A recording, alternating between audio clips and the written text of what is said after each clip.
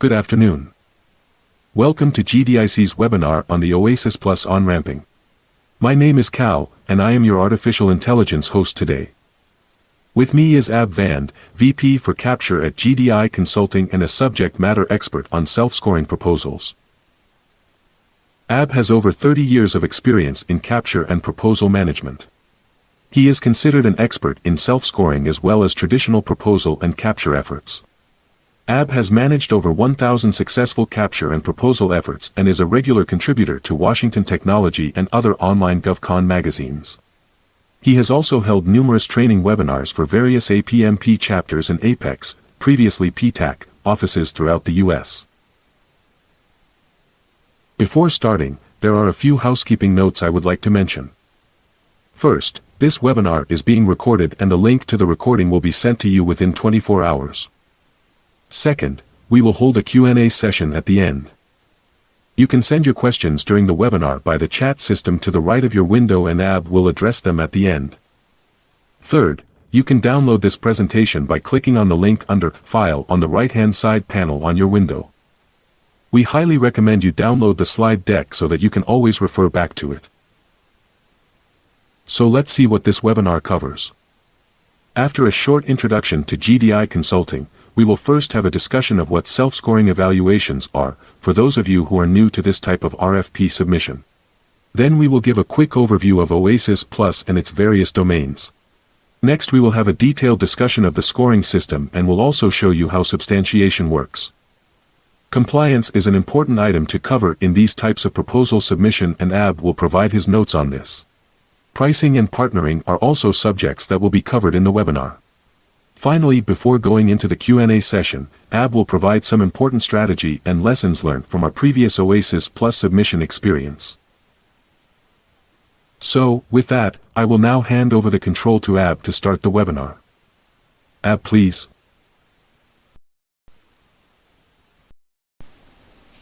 Okay, hello everyone and thank you, Cal.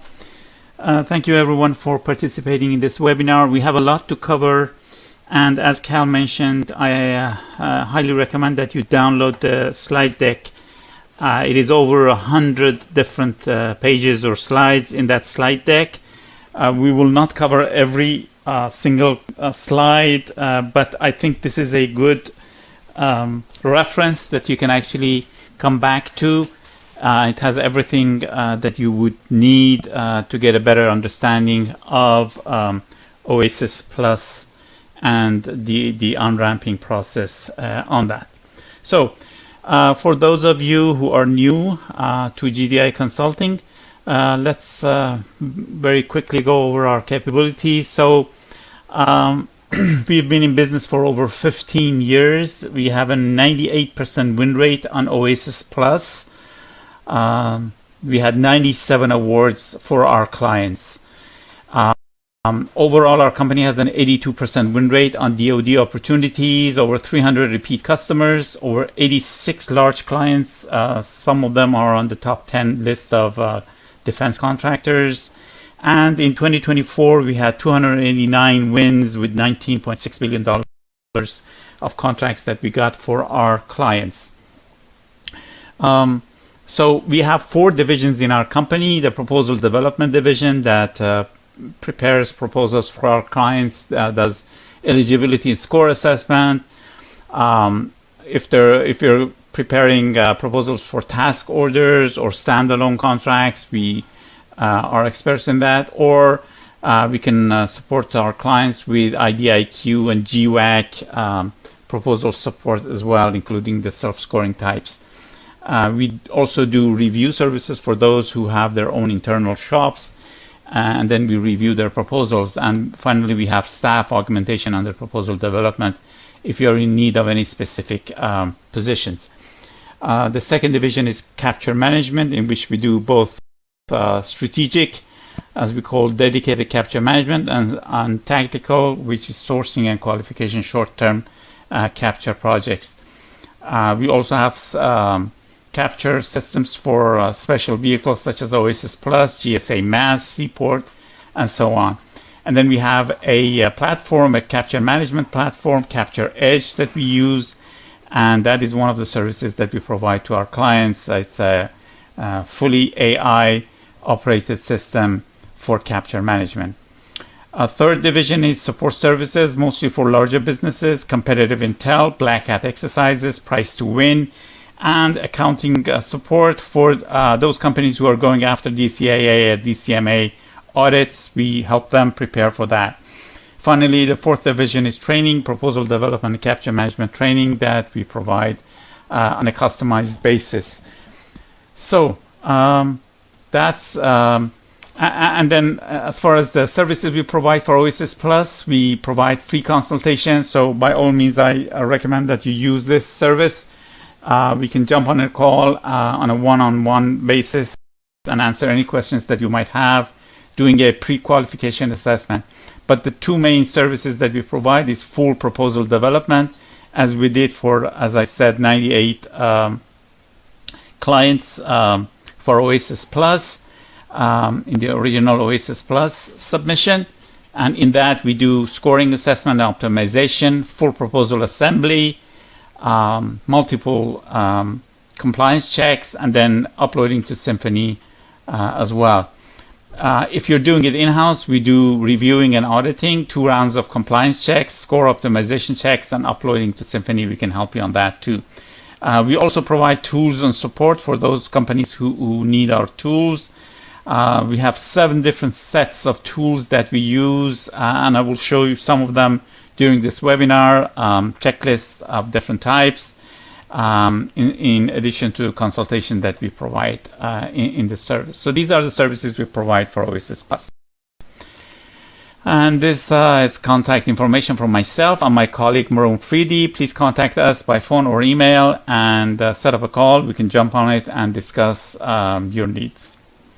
Okay, so let's start with, for those of you who are new to self-scoring evaluation, as OASIS Plus is one of those, very, very quickly, I will go over this, how it works. So essentially the way it works is that the government provides a guideline of how we're supposed to score ourselves instead of government scoring us. We are supposed to score ourselves based on our past experience and past performance, and then provide documents to prove that. So that's the RFP. The sections L and M essentially are telling us how we're supposed to provide that, scoring and how we're supposed to do it. Then, as far as the contract is concerned, we usually must do an assessment stage in which you check whether you have the minimum qualifications, you do a gap analysis, and then if need be, you find partners, and you select the contracts that you want to use, the past experience and past performance that you want to use, and then you put the proposal together, including your score plus all the documentation that justifies how you have scored yourself, and then you submit your proposal through Symphony. Now, on the government side, once they receive your submission, they are going to rank proposals based on the score that you have actually claimed, and then they're going to check and see if what you have claimed is correct. If the score is substantiated, you have provided the proper proof for it. If that's the case, you're done. Now, some RFPs, some self-scoring RFPs have a set number of awardees. Like we prepared for Alliant 3, for example.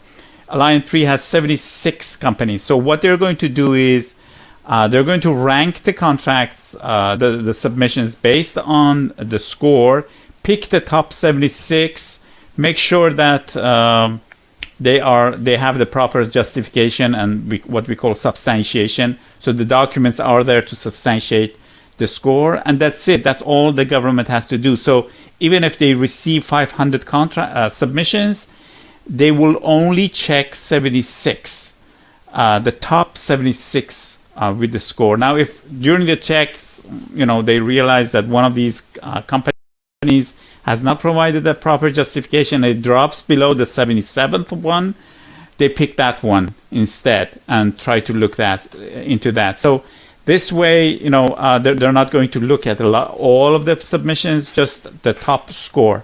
Now, in case of OASIS Plus, they're going to look at everything, obviously, because in OASIS Plus, there is no set limit to the number of awards, but it creates a much simpler way of actually reviewing as far as the government is concerned, because it is much less subjective. Whether you've written your, say, in the traditional sense, whether you've written your technical or management volumes properly or not. Here, everything depends on how well, what your score is. So it's much less subjective, and it's much easier for the government to actually score you. So in terms of, I've listed the benefits and the weaknesses. So essentially, the most important part for the government is it reduces a lot of cost and time for the government, because they don't have to go through all the proposals that they receive. And also, it's much less subjective to protests. So it's much less prone to protests, I should say, because it's much less subjective. But as far as the contractors are concerned, the problem is that not many companies are familiar with it. Slowly, everybody is getting to know it, but it's something new, and having good writing skills doesn't help at all.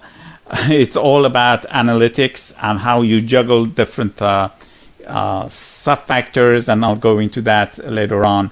So these are the weaknesses, but the good thing about it, as far as the contract is concerned, is usually right from the beginning, they know if they're going to win or not. That's the good thing about it. So they know that, whether they should go after it or not. There's much less, ambiguities whether they will be selected or not. So that was a very short intro to self-scoring proposals. Now let's dive into OASIS Plus itself. So let's look at what it is. So it's by GSA, General Service Administration. It's a multiple award IDIQ GWAC. So a lot of agencies are going to use it. I will not go into OASIS, the previous OASIS, not the Plus one. That has been going on for many years now, and it's a very, very healthy project, and a lot of contracts on that. This one has an open ceiling. Number of awards is unlimited, so you're not going to compete against anyone.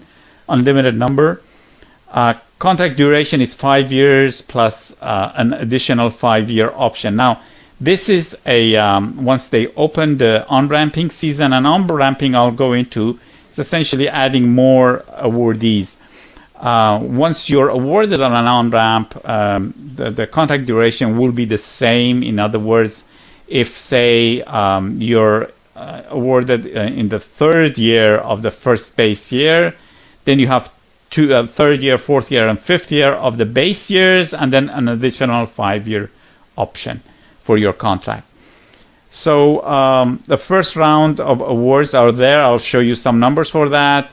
The on-ramp due date is not set. It's supposed to be 2025, including opening for the questions. But I do want to say that GSA has issued a mandate, a notification saying that they have actually postponed the release of the on-ramp season and the on-ramp notice due to all the presidential directives that have been sent to GSA and other agencies with regards to changes in the contracting systems and everything.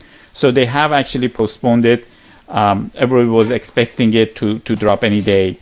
Now, the OASIS Plus has actually 6 tracks, meaning that it has actually 6 different contracts, you can think of it.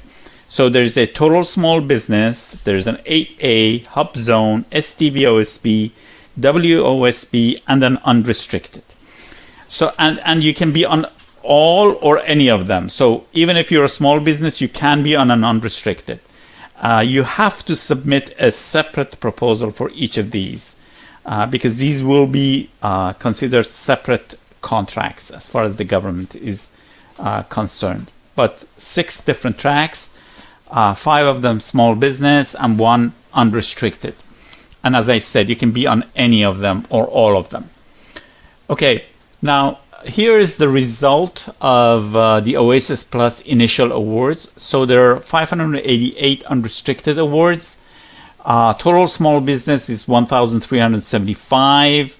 STV OSP 345, WOSP 309, 8A 181, and Hub Zone 131. Now, many of these, for example, 8As or WOSPs are included in that total small business. And some might not be, because I've seen cases in which a company has participated in WOSP, but they're short of a contract. They had a subcontractor that they actually used for that WOSP, but that subcontractor is going for the total small business side, so they cannot do it. And I'll show you why in a later slide.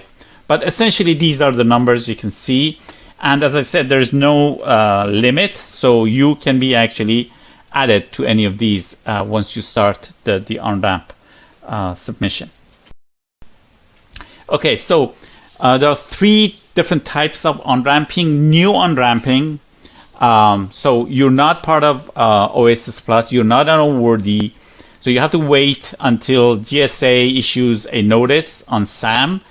So they open the on-ramp season, they usually provide date, and then the on-ramp will be conducted on the basis of the original sections L and M.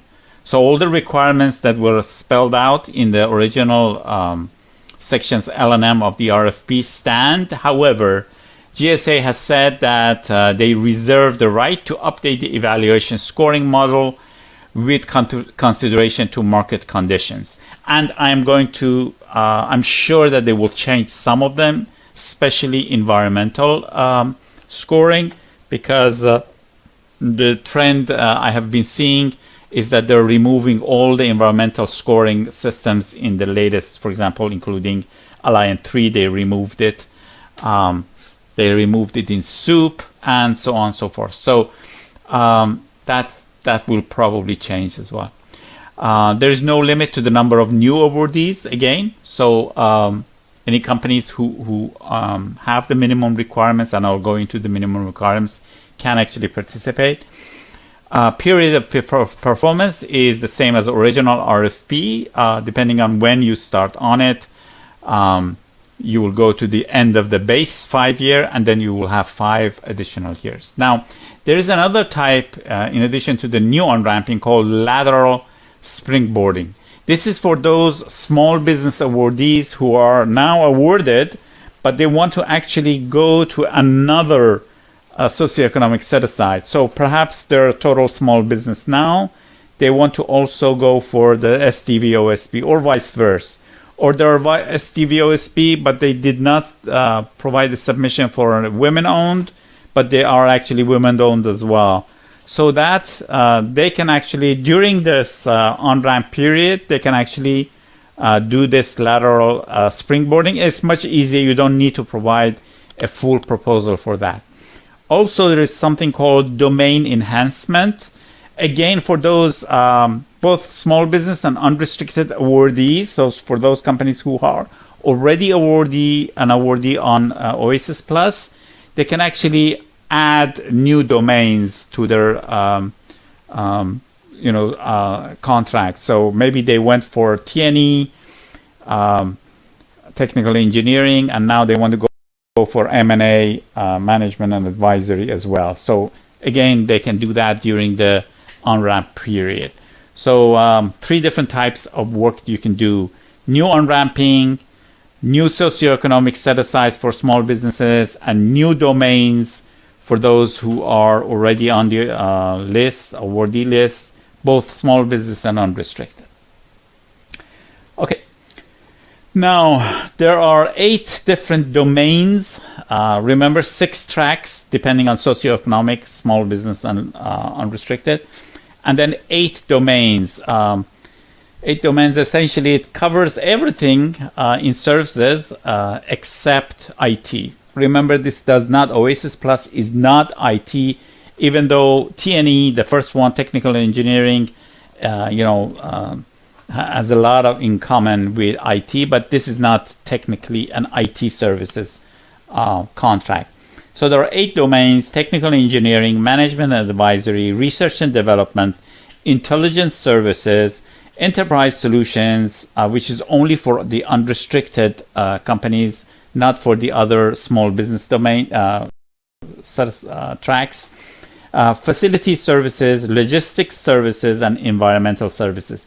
You can see the first 3 were on the original OASIS, but the last 5 are actually new to OASIS Plus. They did not exist in OASIS, so it's an expansion on OASIS Plus. And I should mention that Enterprise Solution covers all of these, so you can actually go for any of these under Enterprise Solutions, but it is very specialized, so you have to have 5 contracts. Each of them must be over $50 million. So it's for very large companies. So it doesn't have a specific domain, so to say, but it's called Enterprise Solutions. So you have management and advisory at the level of enterprise, you can go for it. If you have technical engineering at the level of enterprise, you can go for it with that requirement that I mentioned. Contracts must be over $50 million. Okay. Let's start with some of what each of these domains cover actually. So let's start with T&E domain. So this is a list of all the sub areas under a T&E. I'm not going to read this. It will take ages because I'm going to go through all the domains. But you can always come back to this and see if what you do, what your contracts do are part of this. So these are the sub areas under the technical and engineering domain, and it continues on the second slide. Then these are the NAICS codes. It's important because, first of all, the past experience or the contracts you provide must have these NAICS codes, and it also shows whether you should go for small business or large. So if you're going for the first, say, second one, 488190, other support activities for air transportation, it's $40 million. So if your annual revenues are less than that, you can actually go for small business. If not, then you have to go for the unrestricted track. So not only this tells us whether you can go for small business track or only for unrestricted, but also you can look this up and make sure that your contracts, the 5 contracts, and I'll go into that, the past experience contracts that you're providing must have these NAICS codes for T&E. Okay. So you can see the list continues on for T&E. So that was T&E. For M&A, management and advisory domain, these are the lists of different things, from acquisition all the way down to manpower estimating. So a lot of different things for M&A domain. And this is continuing on all the way to vulnerability assessment. And you can always refer. Here is again the list of the NAICS codes and the size standard you can refer to. So if you're going for M&A domain, your contracts that you will be bringing to the table must have one of these NAICS codes. R&D, okay, this is a list of the sub areas under R&D. And then these are the NAICS codes for R&D. 541330 is obviously one of them, but the others are there as well, plus the size standard. And you can see 541714, 1715, and so on. Okay, intelligence services domain. Again, a list of all the different types of work sub-areas under intelligence domain is listed here. And then the NAICS codes, the NAICS codes for these, plus the size standard that is used to make sure to understand whether you're small or large under these. And go on. So intelligence actually can cover a lot of different NAICS codes, because depending on the type of work, you might do intelligence or you might do engineering. So the NAICS codes are very broad here. Facilities, this is one of the new ones, facilities domain. So a lot of facility sub areas, airfield lighting services, a lot of airfield, base operations support services, obviously building management services, HVACs, fuel, and so a lot of sub areas, janitorial, and other types of fire alarm and fire suppression, and so on and so forth. So this is facilities domain. You see it's a long list. And then the next goes for facilities domain. So you can always come back to this list and look it up. Logistics domain, again, new. So a lot of work under sub areas under logistics, plus the NAICS codes and the size standard for them.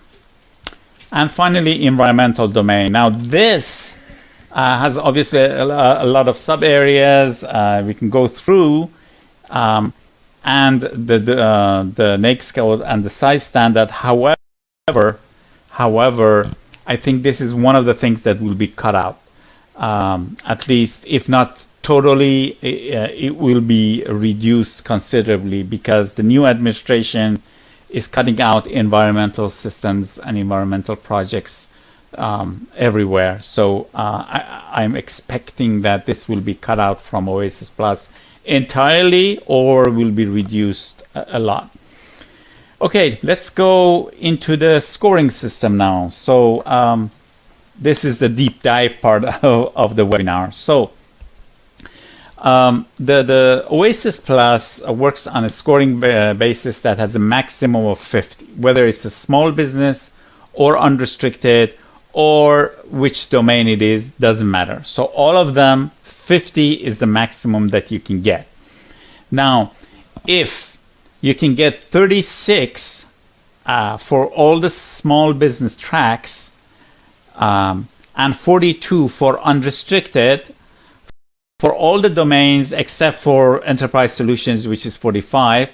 So for all domains, 36 for small business, 42 for unrestricted, you're good to go and you're awarded. That's simple. So right from the beginning, when you do the calculations, you will know whether you can get the 36 for small business or 42 for the unrestricted or not. That's why I said this is a good thing about it. You know right from the beginning whether you're going to be awarded or not. So that's how it works. 50 is the maximum. Anything above 36 is awarded for small business. Any score above 42 is awarded for unrestricted. Now there are three major parts or scoring factors. Qualifying projects, or QPs, we call them. So from here on, I will say QP.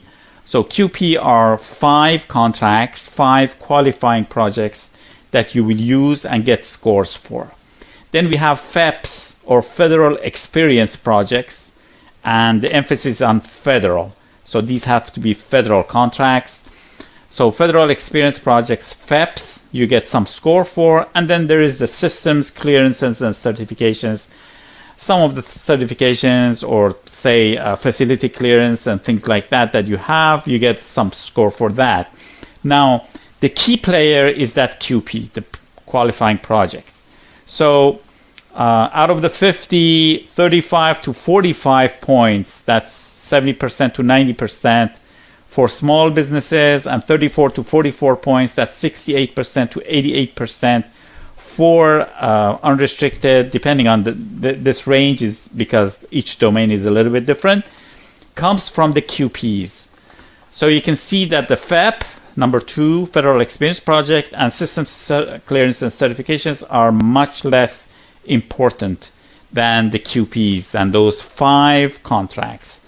5 contracts that you must have, and they will provide you the highest part of the score, the largest contributor to the score.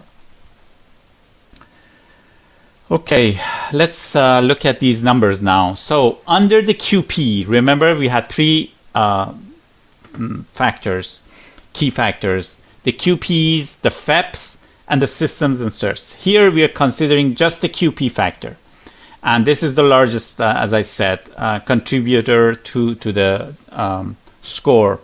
So, and I've listed it here. So you can see for T&E, M&A at the top, R&D, Intel, facilities, environmental, and logistics. And then the total in orange is written at the bottom. So for example, for T&E, out of 50 points, 41 come from the QP sub-factor. And the QP means, as I said, 5 contracts that you bring to the table. 5 contracts that you bring to the table. For all of these, that 5 contracts stands. Now, only for Intel, the ranging is a little bit different, but the rest of them are essentially, very similar, and I will explain them in a minute. So this is how the QP factor, sub-factor works, and we are considering these numbers are for small businesses. I will have the unrestricted part on a separate slide. So this is the QP sub-factor for small businesses. Now let's discuss the sub-factor, the QP sub-factors themselves. So you can see there are multiple of them. So we have the QP relevance, QP scale, QP integrated experience, QP specialized functional experience, surge, management and staffing clearances, management and staffing, and past performance. So if I wanted to go into detail of all of these for all the domains, it will take hours.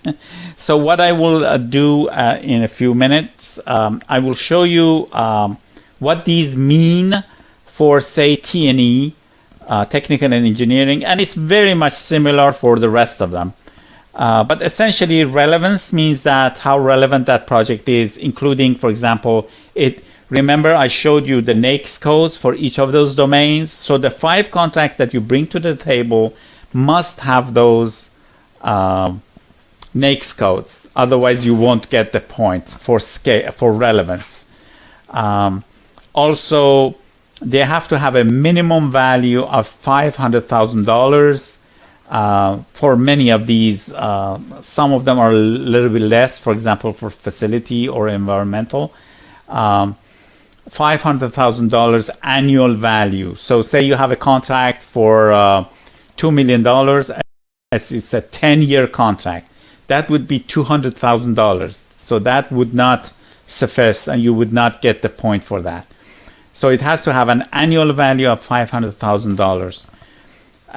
5 contracts, each of them get 4 points. 5 times 4 is 20 points. That's how you actually get the 20 points.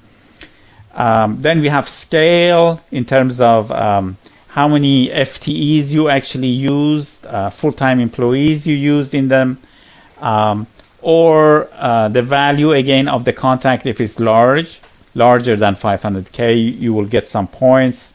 Integrated experience, and so on and so forth. I will go into the details of these later on.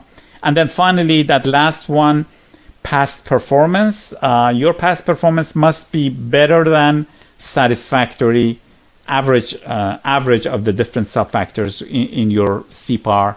The average of them must be better than satisfactory. If that's the case, you get 1 point. And then if all 5 of them have above satisfactory, you get the full 3 points. So this is essentially how the system works for the QP sub-factors for those 5 contracts that you bring to the table. Now, let's look at the 2 other smaller sub-factors. That's the FEP. The top one are the FEP. So number of task orders under a multiple award IDIQ. For example, for T&E, if you have a multiple award IDIQ and you have 4 task orders under that, or maybe a task order under 4 different multiple award IDIQs, that's fine. For each task order, you get 1 point for a total of 4 points. Also, if you can show that you have worked with more than 3 federal agencies, you get 1 extra point. There's a 4 and there's a 1. Now, only for R&D contracts, if you can show that you had 2 contracts with cost reimbursable type contracts, you get 1 per each contract for a total of 2 contracts and 2 points. And then rep advanced R&D, which goes into the requirements, you get 4 points. Now, The point about the reps is that these don't have to be those same 5 contracts that you used in the previous QP section. So these could be completely new contracts that you bring to the table. They don't have to be those same QP contracts. And then the third sub-factor is systems and certs. So if you have an accounting system, you get 2 points. This means approved accounting system by the government. So DCAA or DCMA approved contracts, not by a third party, not by an accounting company. It has to be approved by the government. You get 2 points for that. Facility clearance, doesn't matter, secret or top secret, you get 1 point. Sustainability, small businesses don't have any. There's no score for that. For large businesses, there is a score, but I doubt very much that this will be, when we get to this large businesses unrestricted, this will be probably removed. And then there's a list of other certifications that if you have one of them, you get 1 point. So you can see here you have 9 points overall, 5 points. I'm looking up T&E, for example. 5 points plus 4 is 9 overall, and 41 for the QPs. It's only R&D that you get 11 points, a large one, because those cost reimbursable types and advanced R&D. So that's how the system works for small businesses. Let's look at the same thing for unrestricted. So this is the table for unrestricted under the same domains. The numbers are a little bit different, but not much.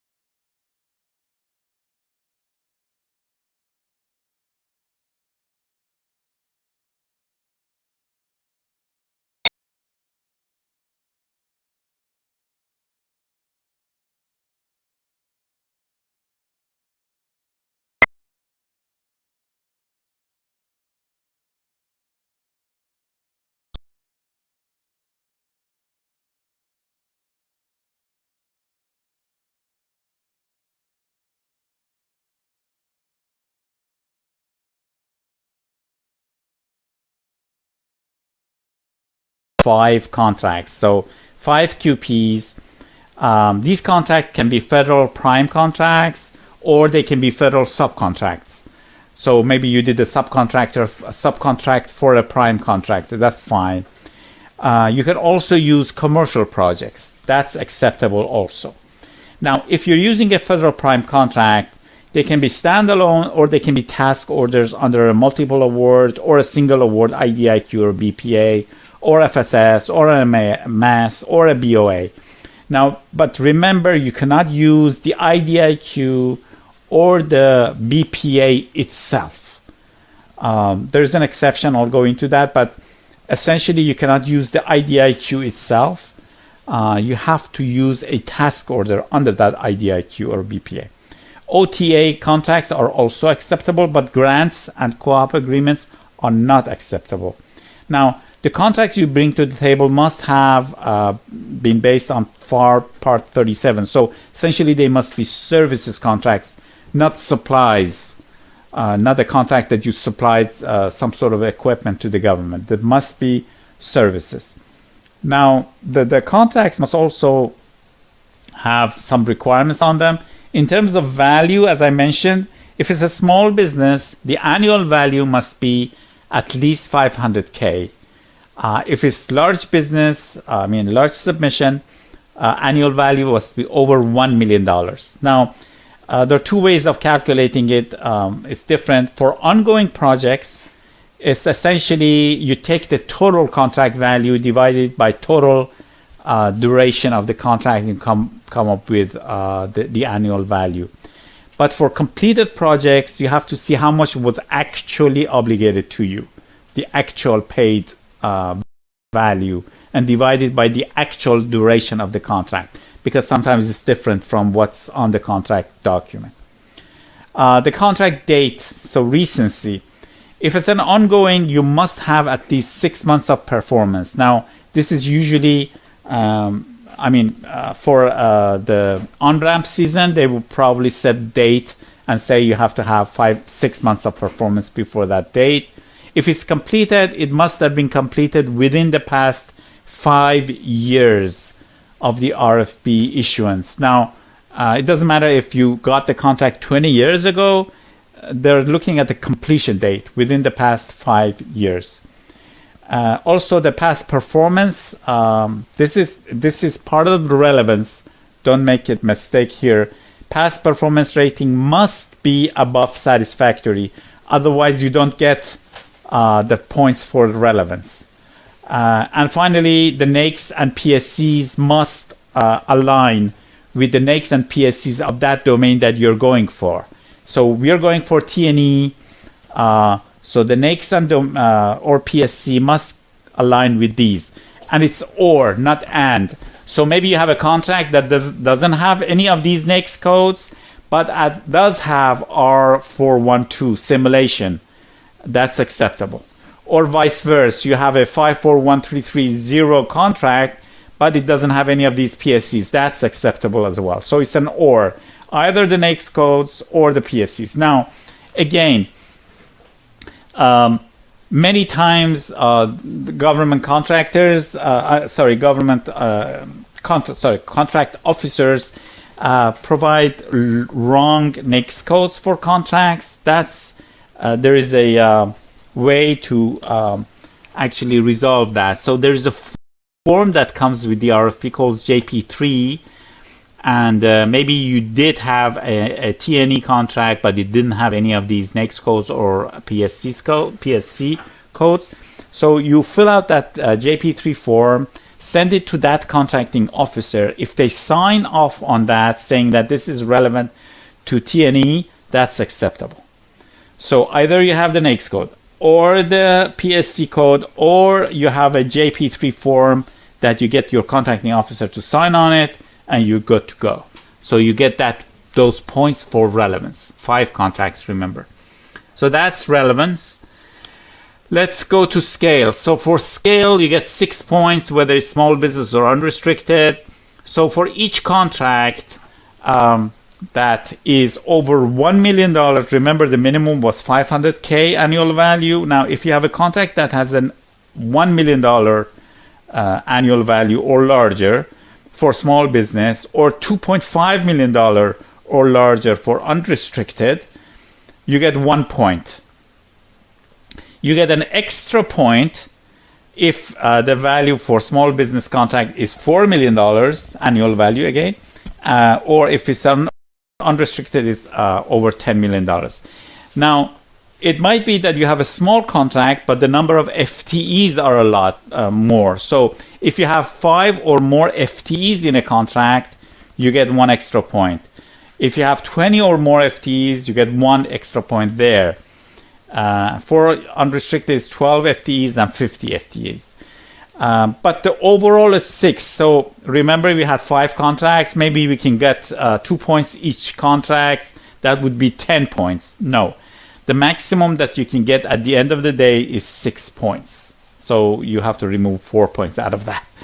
So that's how it works on these.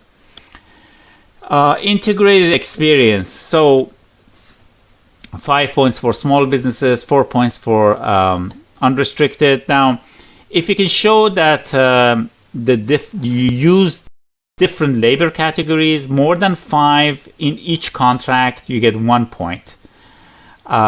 Or you can show if the functional areas under that contract, you cover more than 3 functional areas under that domain, you get an extra point there.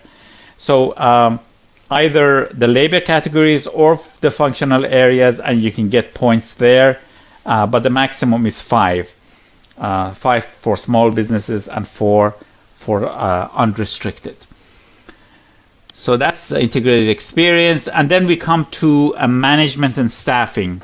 So 7 points for small businesses, 5 points for unrestricted. Remember, this is T&E only. The numbers are a little bit different for different domains. So if you can show that you had a search capability in the statement of work and it was executed, meaning that for that search capability should be less than 45 days lead time and more than 10% increase in the workload or in the FTE use or anything like that, that's acceptable. Or if you can show that you had 3 or more first-tier subcontractors, you get a point. For unrestricted, it's 5 or more first-tier subcontractors under that contract. And then personnel with clearances, 5 or more, you get 1 point. If you can show that you had personnel with clearances under that contract. Overall, however, even though, again, you have 5 contracts, you multiply it by 3 for each of these, that's 15 points. Overall, you get maximum 7 points for small businesses and 5 points for unrestricted based on the spread of these requirements under the 5 contracts. So that was management and staffing. And finally, past performance. So here, as I mentioned, you need to show that actually if all the 5 QPs that you provide have an overall positive past performance, meaning that it's above satisfactory. If all of them have, all 5 have this, you get 3 points. And then if 4 of them have, you get less, and so on and so forth. So you get 2 points for 4, and then 1 point for 3, and that's it.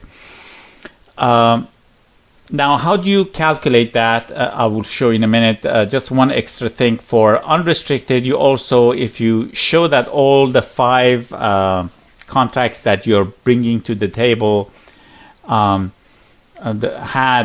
small business utilization, and if that's the case, you get an extra point there for the contracts that did have a small business utilization. Now, going back to how you calculate whether you were on a positive past performance rating or not, this is how you actually calculate it. So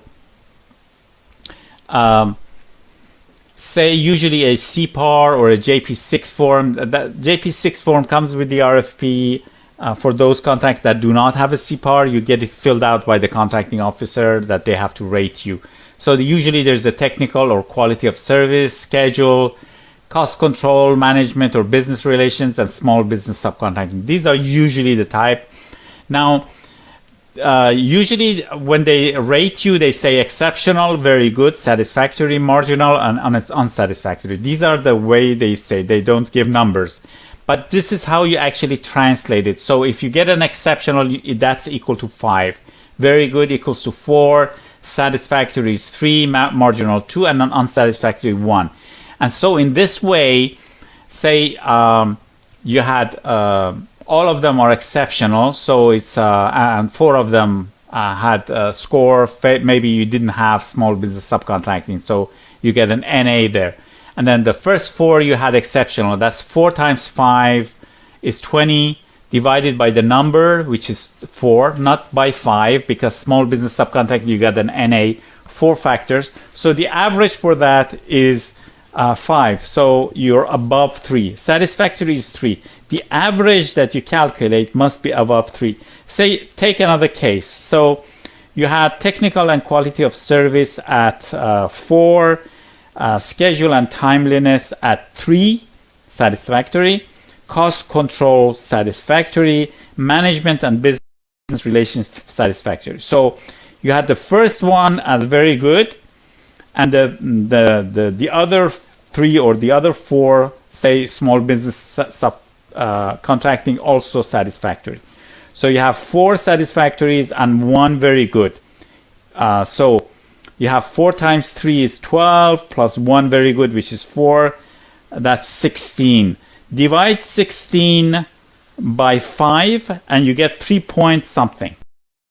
Because it's above 3, you're good to go. So this is considered above satisfactory. So this is how you actually calculate the system to make sure that you are above satisfactory. Now, I should also mention this part. Remember, I said that you cannot use a BPA or IDIQ by itself. You have to use the task orders. Each task order can be one of the 5 QPs. There is an exception in which if you have a single award IDIQ, remember, single award IDIQ from a federal prime contract. So not if you were a subcontractor to a prime who had a single award. No, not that type. You yourself, your company must be the prime, and you had a single award IDIQ. If that is the case, you can actually bunch up together the task orders and use that as one contract. And it doesn't mean that you have to bunch up all the task orders. It's up to you. You select maybe 3 or 4 of the task orders, you bunch them together. So the value, the total value of the contract will be the total value of those task orders together.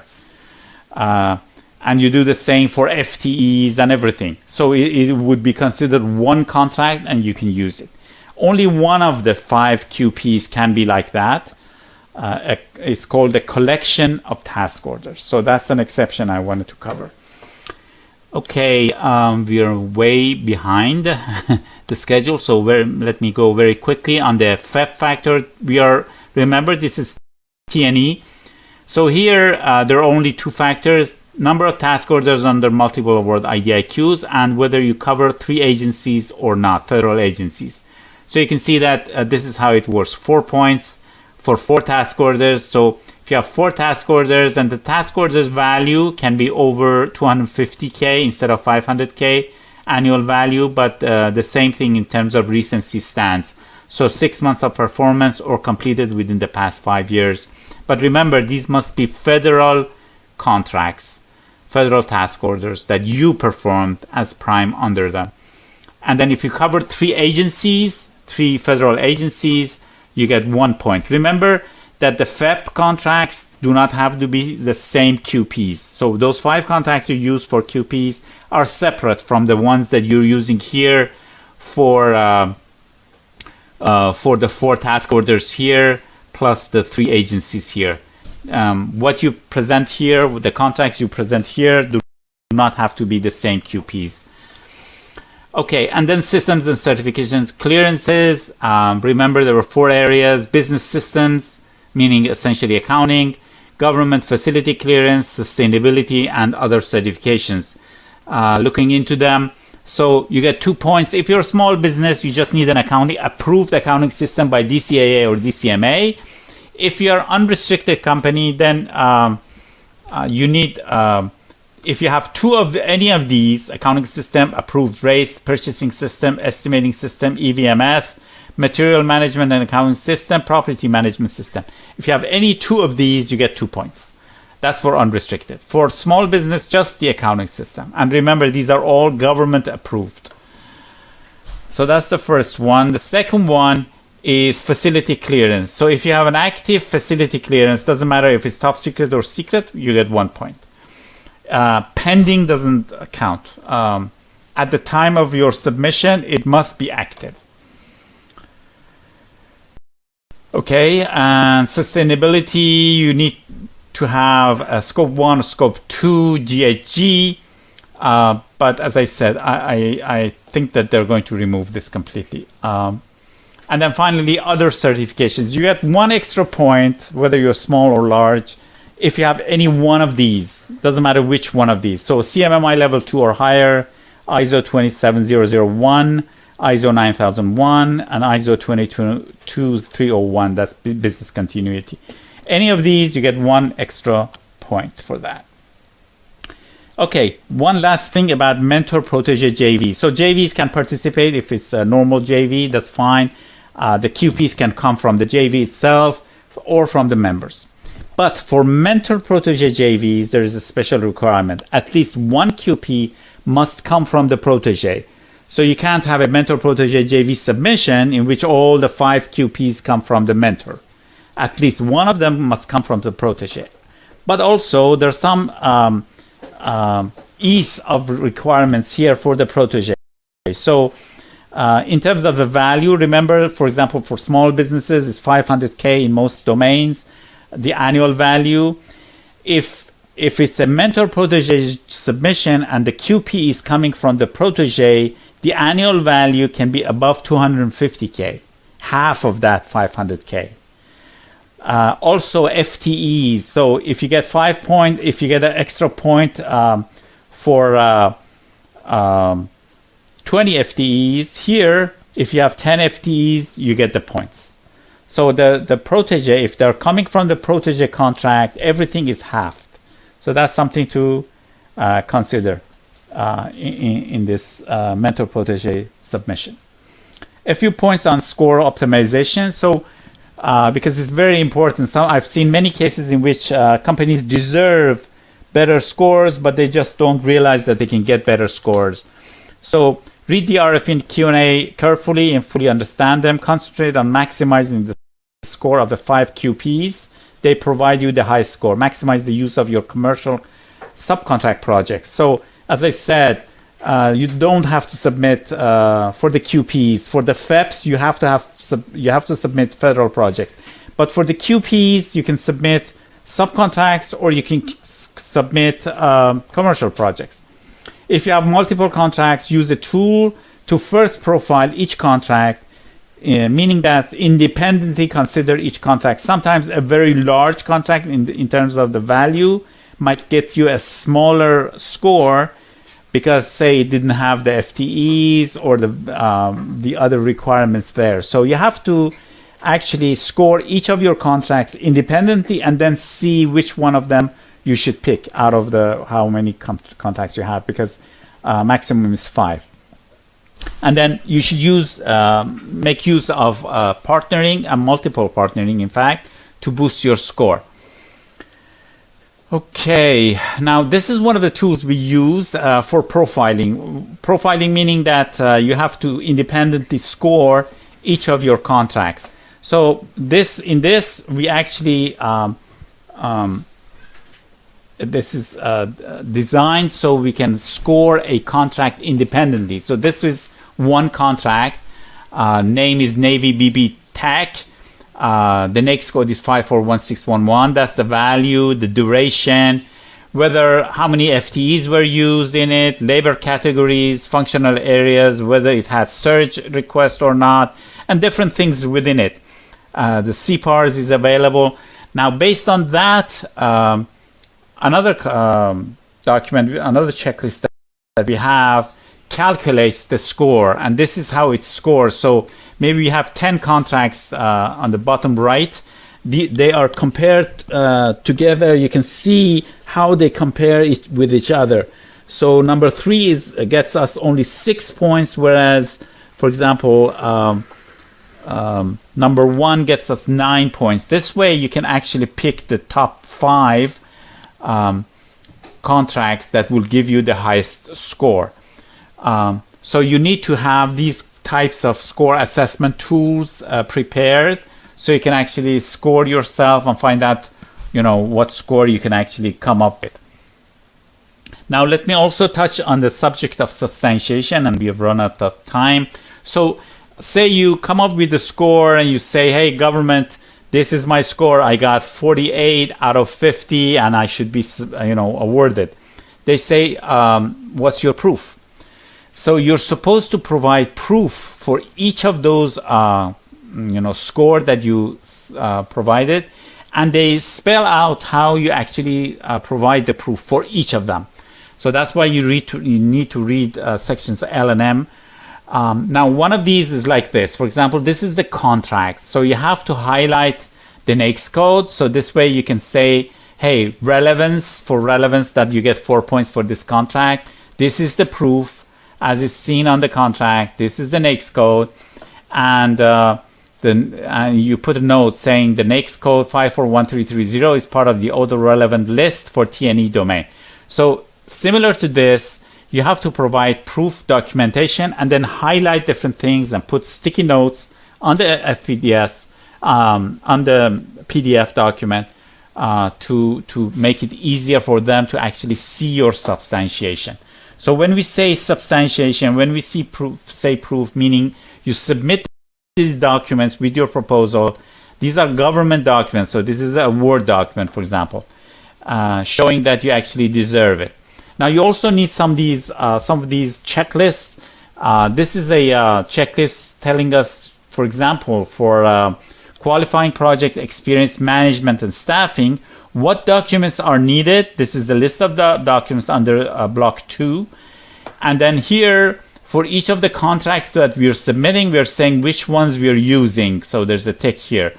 Of course, you can you create your own checklist, but at the end of the day, you need some sort of a checklist to tell you, what documents you're providing to prove what for which contract. So there are many of these variables that you have to take care of. Compliance is really important. So you can see this is from HCATS, another GSA contract. You can see that the orange ones are the eliminated submissions. 70% small business and nearly 50%, I think 49% for large business were eliminated because they did not comply with the requirements of the sections L and M. So it's really important to do multiple checks for compliance.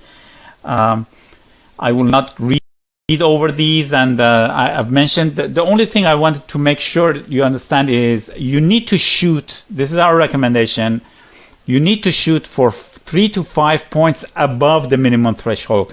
So if your 36 is small business, try to go for 40. If your the threshold is 42 for large businesses, try to go for 45, 46. Because you don't know at the end of the day how the government is going to look at some of those substantiations, and you might at the end of the day miss something. So you want some, cushion points, as we call them. So that's something I should mention. Now, we have run out of time. Another checklist, this is for compliance we use. Let me also mention pricing. I will probably go over 5 or 6 minutes over. So you're supposed to, there's a form that comes with the RFP called JP9. There are 20 different LCATs that you're supposed to provide pricing. The good thing about it is that they have provided the maximum acceptable pricing as far as the government is concerned. All you have to do is to make sure that your pricing is below that. That's all. So pricing is really important, simple in OASIS Plus. You just have to make sure that the prices that you provide are below the maximum rates that the government will provide you. It doesn't matter how much, so don't try to go really low. It doesn't help you at all. They're not going to score you on that, and they're not going to compare you with others. So you can stay close to the top, but just below it. So that's pricing essentially. Now partnering, I will not go into it, but the most important message I want to give you is that at the end of the day, you want to win. If you're not good at the score, go for partnering. Try to find a partner that fills a gap and increases your score. Whether it's a QP or a FEP, a partner can bring in those. Systems and certs cannot come from a partner. Remember that. And when I say partner, I mean subcontractor. JVs obviously is there already. But systems and certs, you cannot bring in a partner and use theirs, a subcontractor. So if you don't have an accounting system, you don't have an accounting system. Don't try to do anything about it. But for QPs and FEPs, FEPs, try to use a subcontractor to make sure that your score is above 36, or for small businesses above 42 for large businesses. That's the most important part. But you can actually read through this. These are experiences we have gained through performing. We also have a partner portal. It's listed here. This is the link. It's a free partner portal. You go in there. You try to find partners, or you want to be a partner. You want to be a subcontractor to other companies. Just enter your information there and then try to communicate. You can actually reach out to other companies directly and see if they're interested to work with you. And this is the first page of that partner portal. Okay, strategy and experience sharing. Very quickly, I did mention some of these, but concentrate on the 5 QPs. Those are the most important part. And try to do multiple rounds of compliance checks. As I said, you need those 4 or 5 points, cushion points. So just don't be content with 36 if you're at 36 or 42. Try to go over that. These are important things. And then this is not a sales pitch, but really, we've seen this multiple times. Even if you're doing it in-house, you need a company such as us or another company, doesn't matter who. Second set of eyes that will go through your system and reviews you. If you have not done this before, you really need a company that has done this before. We have done, as I said, 97, I think. 97 companies we actually worked with, 98% win rate. So, or find another company, but don't try to do it yourself for the first time. And then please read these. We don't have time, but I think these will help you a lot, not stumble into problems that other companies have actually stumbled into. This is the process. In terms of the workload, just to give you an idea, 50% of the time and energy and resources, whether it's we're doing it or whether you're doing it, doesn't matter, will be spent on selection of the contracts. And when I say selection, including all the documents that are needed. Then 25% of the time and resources will be spent on actually putting together the proposal, preparing the highlights and the sticky notes and everything. And then 20% of the time and resources on compliance reviews. It's really important. Multiple compliance reviews. And then uploading to Symphony is not a copy paste. It takes 1 or 2 days full-time work to actually upload and make sure that you have the score there in place. Services, we do have repeated this. So we can do full proposal development for you, and we can do review services in case you're doing it yourself. And these are our contact information again. So Unfortunately, we don't have time for Q&A. I talk too much. But please write down all the questions that you have on the chat system or communicate with me directly, and I will respond back to all the questions on the chat system. And if I receive any emails from you, directly back to you. And we have a complete section on our website on OASIS Plus, including, I think this is the 28th webinar we've held on this. So a lot of webinars held on OASIS Plus. If it's too much, let me know, and I will tell you which one to watch. The previous ones, if you want, or if this is enough, that's it. But essentially, we're here to help you. So reach out to us, and we can set up on a call. We can set up a call and jump on a call and discuss all the questions that you have. I apologize for not having time to go over the questions that you have posted, and I see that there are a lot, but I will respond to all of them by email. Thank you again for your time, and I look forward to seeing you in our future webinars, as well as hearing back from you if you have any questions or if you want our support. Thank you again. Have a wonderful day.